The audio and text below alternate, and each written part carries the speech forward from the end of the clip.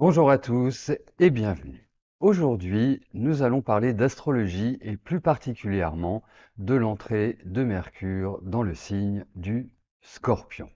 Donc, nous allons découvrir ce que va apporter ce qu'on appelle ce transit, donc ce passage de Mercure en Scorpion.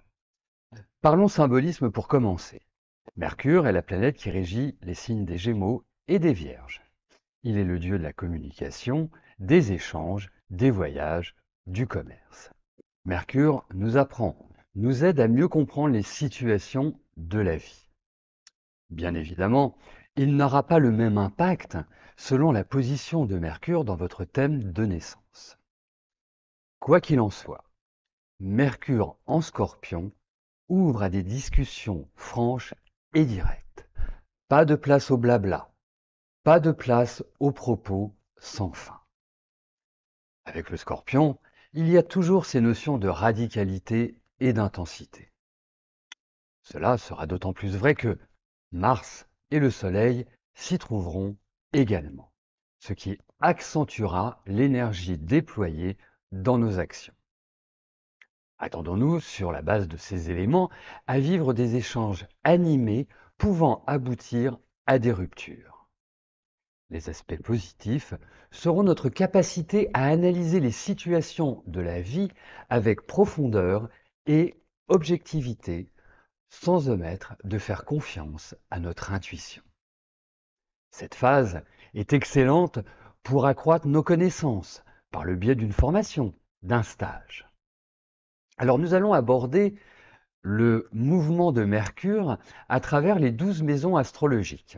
Vous avez tous entendu parler de l'ascendant qui est représenté par la maison 1. Et de cette maison 1 découlent 12 maisons qui représentent des secteurs de vie. Donc je vous encourage à dresser votre thème natal pour voir où se situe le signe du Scorpion.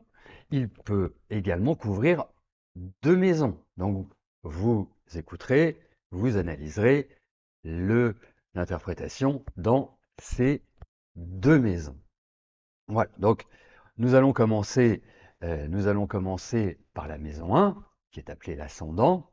Et lorsque vous avez le transit de Mercure en maison 1, cela va vous redonner de la vivacité tant physique qu'intellectuelle.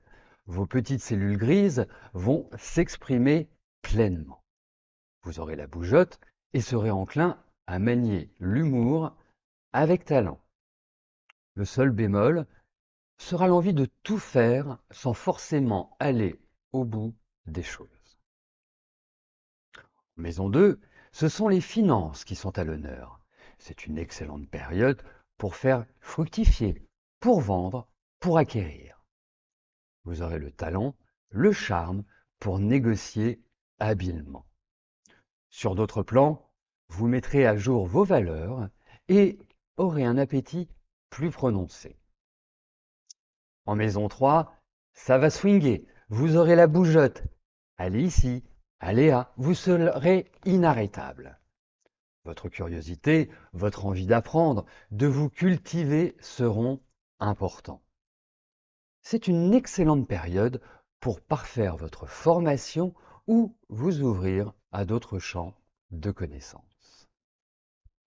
En maison 4, qui est appelé également le fond de ciel, c'est un moment privilégié pour ouvrir les discussions avec votre famille, retrouver vos racines. L'envie de déménager ou de redécorer votre habitat se fera sentir. Souvenez-vous que Mercure est la planète de la communication et de l'humour. Deux outils essentiels pour dénouer les problématiques avec votre entourage. En maison 5, maison des plaisirs, maison de l'amour. Quel joli passage qui vous donnera envie de vous amuser, de vous distraire et de croquer la vie à pleines dents. Vous rencontrerez de nouvelles personnes, aurez le désir d'aller au contact. Votre extraversion, votre humour attireront naturellement. Bonne phase pour faire des rencontres de personnes plus jeunes ou ayant gardé leur âme d'enfant. En maison 6, c'est le bon moment pour mettre de la joie dans votre quotidien, dans votre travail. Ne vous laissez pas déborder par toutes les actions à mener. Prenez-les les unes après les autres.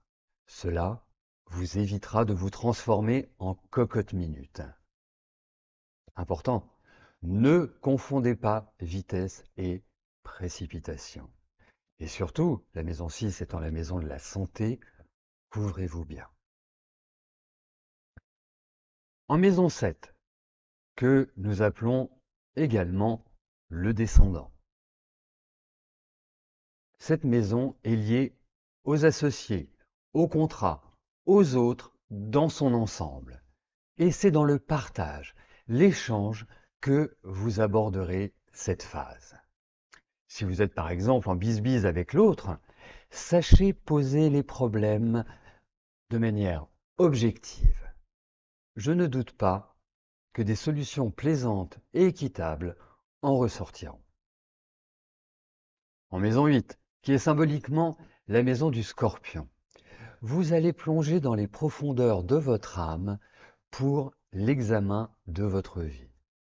Vous frôlerez à certains moments une saturation psychique. Rien de mauvais a priori. Cette transformation, cette approche, s'avéreront positives. C'est la porte ouverte à la compréhension des mécanismes psychologiques, psychiques et à la correction de vos attitudes et réflexes. En maison 9, un voyage lointain, des cours de philosophie ou de psychologie. Vous l'aurez compris, ce passage vous donne l'envie de découvrir, d'explorer des sentiers inconnus. Prenez votre baluchon comme le mat dans le tarot et nourrissez-vous d'expériences et rencontres originales et singulières. En maison 10, qui est appelé couramment le milieu du ciel, êtes-vous dans les starting blocks? Car c'est le moment de donner un grand coup de boost à vos activités professionnelles, ce qui ouvrira à des résultats positifs. Vous souhaitez par exemple lancer un nouveau projet, changer de travail, développer un nouveau produit ou projet, foncez. En maison 11, c'est le plan amical qui sera omniprésent ainsi que les projets collectifs. Vous sentirez le besoin d'être entouré, d'être dans une communion avec les autres. Vous ne serez pas dans une quête individualiste. Bien au contraire. Vous verrez, ce passage peut ouvrir également à des retrouvailles de personnes que vous n'avez pas vues depuis des années. Et nous allons terminer notre tour des maisons par la maison 12. Alors, préparez-vous à vivre intensément vos émotions. Mercure sera un peu à l'étroit, car il n'aura pas toute la mobilité, toute la latitude pour s'exprimer. Il va créer en vous un remue-ménage, ouvrir les petites boîtes liées à vos expériences passées. Vous sentirez indéniablement le besoin de prendre du recul par rapport à votre environnement, pour faire un point, pour réfléchir et vous permettre, lorsque Mercure transitera votre ascendant, donc votre maison 1, de repartir sur de nouvelles bases. Donc, vous le voyez bien, Mercure, qui est une planète très rapide, il reste une vingtaine de jours dans chaque signe, hormis quand il fait une rétrogradation, mais là, il évoluera de manière directe dans le signe du Scorpion, va être le croisement entre la communication, la profondeur, l'analyse, la recherche, entre guillemets, de vérité, la recherche de l'autre. Et c'est vraiment un passage important puisque Mercure en Scorpion peut représenter, par exemple, ceux qui aiment faire des enquêtes, ceux qui aiment trouver les solutions à des problèmes épineux ou à des situations de vie qui sont loin d'être simples. Après, il faut absolument éviter de rentrer dans une forme de radicalité, de manichéisme avec le Scorpion, et je dirais, Ne vous inquiétez pas, tout va bien se passer. Ben, je vous souhaite une bonne traversée de Mercure en Scorpion. Bien évidemment, euh, j'interviendrai sur d'autres domaines, que ce soit en astrologie, en tarot, en numérologie. Vous pouvez me retrouver sur mes deux sites, soit www.maisonmillet.com ou www.émissiondevoyance.com. Si vous souhaitez me contacter directement, vous pouvez me joindre au 01 45 23 21 35, 01 45 23 21 35.